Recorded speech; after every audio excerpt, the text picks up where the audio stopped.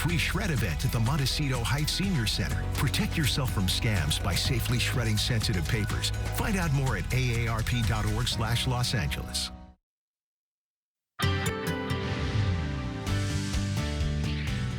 All right, good morning, everybody. Live look outside, Mount Wilson camera. You can see that marine layer there, but also you can see some clearing a little bit closer to the foothill areas. Still a warm day for us at 86, maybe a tad bit on the humid side. We still have some thunderstorm activity around Southern California. Whether or not we get some buildup today still remains to be seen.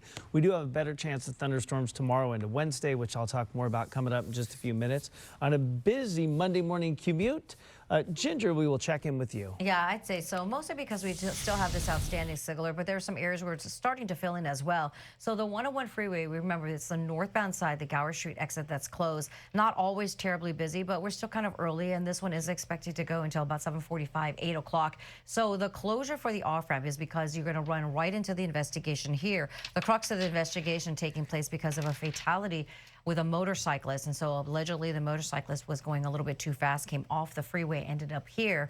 And you see where the street closure is. That is Gower Street, just under the freeway, and past it would be Yucca. Just a little bit farther to the north would be Franklin Avenue, and that's where the closure sits between those areas, right?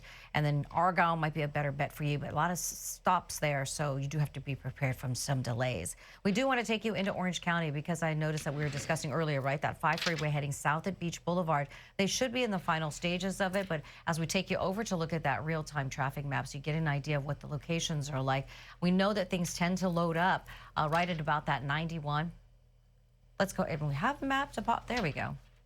5 freeway tends to load up right at that 91, and you can kind of see it there, but really that crash earlier, 5 southbound side at Beach, that one, it should be in the final stages, and then you'll still tap on those brakes and then riding them all the way in towards areas of Santa Ana. Hey, look, HB, Fountain Valley, looking real nice for the 405.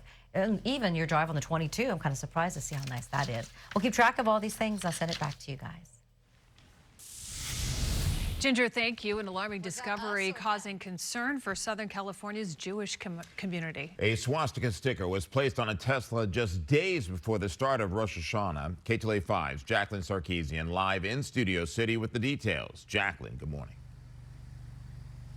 Hey, good morning to both of you. Yes, so this most recent case happened at a somewhat popular shopping center here in Studio City, just off of Ventura Boulevard. The woman who found the swastika sticker on her Tesla was stunned when she found that sticker once going to her car. We do have some video of the incident. We're going to show you the man behind it and who did this. Now, we are blurring his face because LAPD is not investigating nor looking for him, but you can see this man wearing a bucket hat caught on camera placing the sticker on the parked Tesla. The car's dash cam captured the incident. The owner, who is Jewish and asked to be identified only as Lana, says she believes the culprit was making a statement about Tesla CEO Elon Musk. If you recall, he's come under fire for allegations of anti-Semitism in the past. And like I mentioned, Lana could not believe what happened. At first, I was wondering, are they targeting me because, you know, I'm Jewish, or, you know, my father's a Holocaust survivor, so I felt like it was like close to my heart or something. A previous incident happened 5 months ago when a man dressed in similar clothing placed a swastika sticker on a Tesla outside of a Whole Foods in West Hollywood.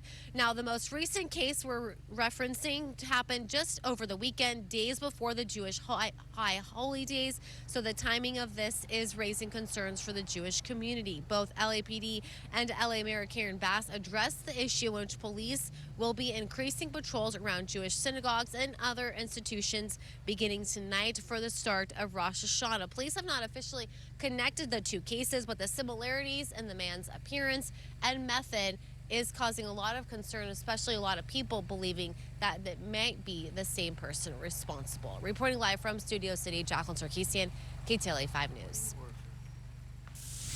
Overseas, the UK, Australia, and Canada have formally recognized a Palestinian state, prompting a sharp rebuke from Israel. The British Prime Minister called the move a step toward ending the war in Gaza and reviving hope for a two-state solution. Israeli Prime Minister Benjamin Netanyahu insisted a Palestinian state will not happen. That's a quote.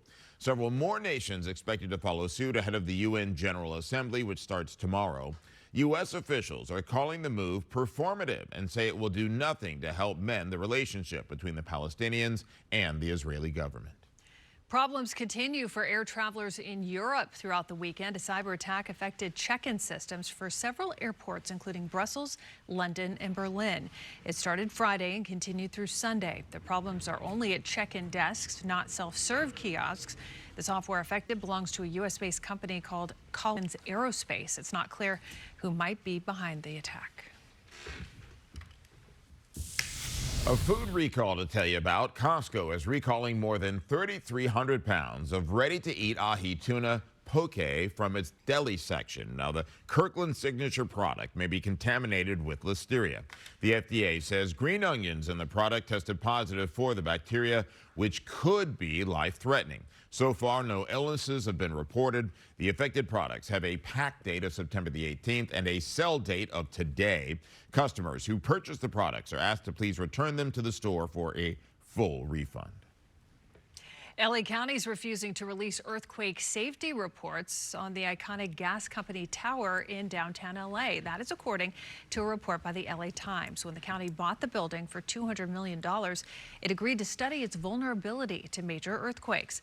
Structural engineers have warned the steel frame building could suffer severe damage during a big earthquake without seismic upgrades.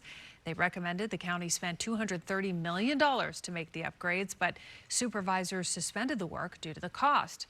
The county council denied the Times' request for a seismic report, citing exemptions to the California Public Records Act. The American dream is getting more and more expensive. Yeah, a new analysis from Investopedia finds that Americans now need to make over $5 million in their lifetime to cover the key costs of the American dream. Now, that includes home ownership, raising children, health care, vacations, and retirement. The $5 million figure is being driven by high inflation and the rising costs of everyday essentials. And making the dream even more daunting, the average American with a bachelor's degree earns just under $3 million over a career.